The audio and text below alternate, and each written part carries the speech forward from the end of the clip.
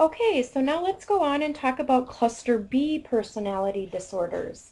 So in general terms, again, the key symptoms that will help you identify cluster C personality disorders is that these people are usually dramatic, they're emotional, and they are erratic. Okay? Cluster B personality disorders, again, typically present in early adulthood. Persons often show problems with impulse control, emotional processing and regulation, and interpersonal difficulties. To get their needs met, these individuals may resort to behaviors that are desperate or entitled, including acting out, antisocial, or manipulative kind of behaviors. Persons with these types of personality disorders come into contact with healthcare providers both directly or indirectly. Indirectly meaning they may have depression, substance abuse, try to harm themselves, or something of that nature. Indirectly means that maybe they've acted out that leads to interaction with the legal system, and that's how we get involved in the situation. So first type is antisocial personality disorder. Okay, these people have no regard for others. They just don't care. So if you want to try and put a notion with antisocial, it's they just don't care about other people. So the little video clip that we're using on this personality disorder is Heath Ledger as the Joker in Batman. And when you watch that clip, it is very, very obvious that he has no regard for anybody else. No regard. He doesn't care. Another example might be, say, Adolf Hitler, right? He had no concern for other people or how many people he killed, right?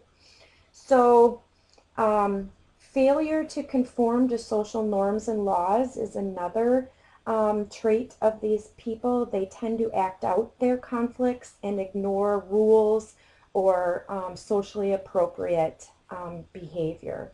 They're very deceitful, they're very impulsive, and irresponsible. They will become very irritable and aggressive.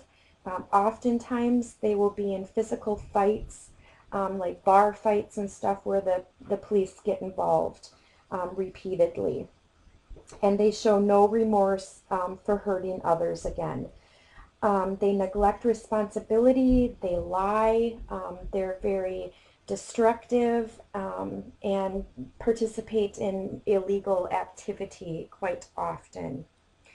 They typically cannot sustain consistent work, and they, because of all these traits, they're not employable, or if they are employed, it doesn't last long because they do something to get fired. And when bad things happen to them, they accept no responsibility for this at all. And they're very difficult to change, okay? Again, a very high risk for coexisting substance abuse. Now, our goals for people with this type of personality disorder is to just try and figure out what the current stressors are that are pushing these people to behave this way. Safety is of high concern, safety for themselves and safety for others. We want to prevent or reduce any of that manipulative behavior. Again, setting clear and realistic limits on their behaviors, ensuring that all of the staff are well informed of what those limits should be. Excuse me. Providing clear boundaries and consequences, and having that one primary nurse again so that they can't manipulate the staff. Our approach is going to be truthful, clear, concise, and setting limits. Therapy for antisocial personality disorder is going to involve anger management classes, psychotherapy again. We might give them some medication to decrease their anxiety and rage, and possibly an antidepressant. We are going to have to be conscientious, though, to use our benzodiazepines very sparingly and cautiously, as it can become an addictive agent for people with the antisocial behaviors. Okay, so our next personality disorder is a borderline personality disorder. These people, again, are very unstable. You can think of these people as having wild mood swings. So you can think of somebody being really sweet and nice, and then the second later they could be yelling and screaming in your face. Very volatile, very variant with their moods, okay? Impulsive, risky behaviors. They're unpredictable. They have chronic feelings of emptiness. They attempt to manipulate people. They participate in that splitting behavior. Do you remember the splitting, where somebody is either all good or all bad, depending on what you've done to them? They are very self-destructive. Suicide attempts are very common in this population with the borderline personality disorders. Okay. They have an excessive dependency. They're very insecure. And they have that idea of reference again, where they think that everything is a plot against them when it has no connection. Okay. So you may see some behaviors such as cutting. Okay. So they have this insecurity, this low self-esteem, this feeling of emptiness. And so one way that they try and deal with this is to cut or hurt themselves because they feel that they should be punished. Another kind of behavior you might see is promiscuousness, being just really promiscuous sexual behaviors. And again, substance abuse, okay? There is a thought that the prevalence of borderline personality is related to abuse or possibly post-traumatic stress disorder. So the video clip that we're going to try and associate with this disorder is the one I put on the blackboard, with Glenn Close, the movie Fatal Attraction. So I can't think of the guy's name in the movie, but anyway, she's like this sexually promiscuous woman, and she comes on to this guy, and they have like and she's real sweet and everything, and they have this like one night stand, and this guy's married. So after the one night stand, he doesn't want to have anything to do with her anymore. He just, wants to go back to his wife, and she just becomes belligerent. And the story goes on with these wild mood swings, and then she tries to kill this guy's wife, and just crazy. She goes absolutely crazy. So that is the picture I want to have in your head when you think of personality disorder. So what's our goal with these people? We want to keep them safe. We want to keep others safe. We want to try and stabilize that mood and stabilize that impulsivity that they're exhibiting, right? So we're going to be setting clear boundaries. Again, we're going to be clear and straightforward with our communication. We're going to be aware of that manipulative behavior and put interventions in place to stop that manipulative behavior. We're going to avoid rejecting the person or rescuing the person because they have this all good, all bad is part of that manipulation. And so, we have to recognize that and not be taking sides, okay? Assessing for suicide, self-mutilation behaviors, especially during times of stress.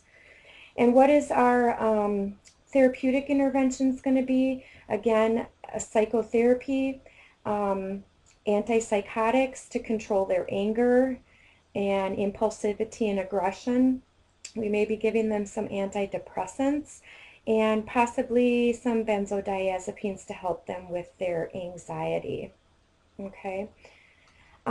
In dealing with children, with family, we're, I don't know where I'm going with that, so never mind that.